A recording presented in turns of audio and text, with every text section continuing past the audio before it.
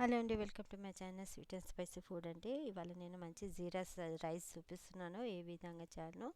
నా వీడియో మొత్తం చూడండి. నా వీడియో చూసుకుంటే లైక్, షేర్, సబ్స్క్రైబ్ మాత్రం తప్పకుండా చేసుకోండి, ఓకేనండి. ఇప్పుడు కొంచెం రైస్ తీసుకుందామని. ఇది రైస్ ఒక డబ్బా అంటే ఒక గ్లాసెడ్ రైస్ ఇది.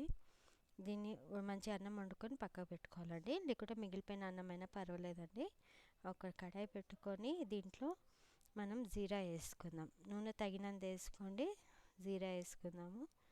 జీరా మంచిగా బ్రౌన్ కావాలా, ఇంకా జీరా రైస్ కదండి, మంచిగా దాన్ని కలర్ చేంజ్ కావాలా, మంచిగా ఫ్రై కావాలా బ్రౌన్గా. తర్వాత కొంచెం మీకు ఇష్టం ఉంటే శనగపప్పు వేసుకోవచ్చండి, లేకున్నా పర్వాలేదు.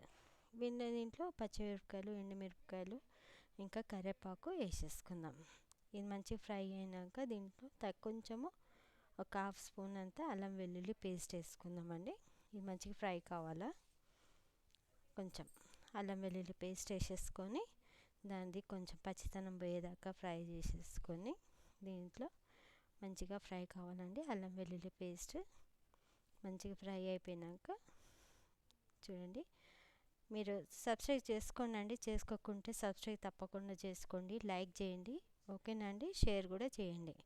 ఇదండి ఫ్రై అయిపోయింది. ఇప్పుడు దీంట్లో రైస్ వేసేసుకుందాం. ఈజీ మెథడ్ అండి. రైస్ వేసుకొని కలుపుకొని దీంట్లో తగినంత ఉప్పు వేసేసుకోండి. దీంట్లో మంచి కలిపేసుకొని దీన్ని ఫుల్గా కలిపేసుకొని ఈ విధంగా చూడండి. మీకు ఇష్టం ఉంటే ఇంకేమైనా కొత్తిమీర కూడా వేసుకోండి. నేను కొత్తిమీర వేయలేదంటే పెట్టి కరివేపాకు ఒకటి వేసినాను. దీన్ని మూత పెట్టి ఒక 5 మినిట్స్ మంచిగా వేడిగా నిజమండి.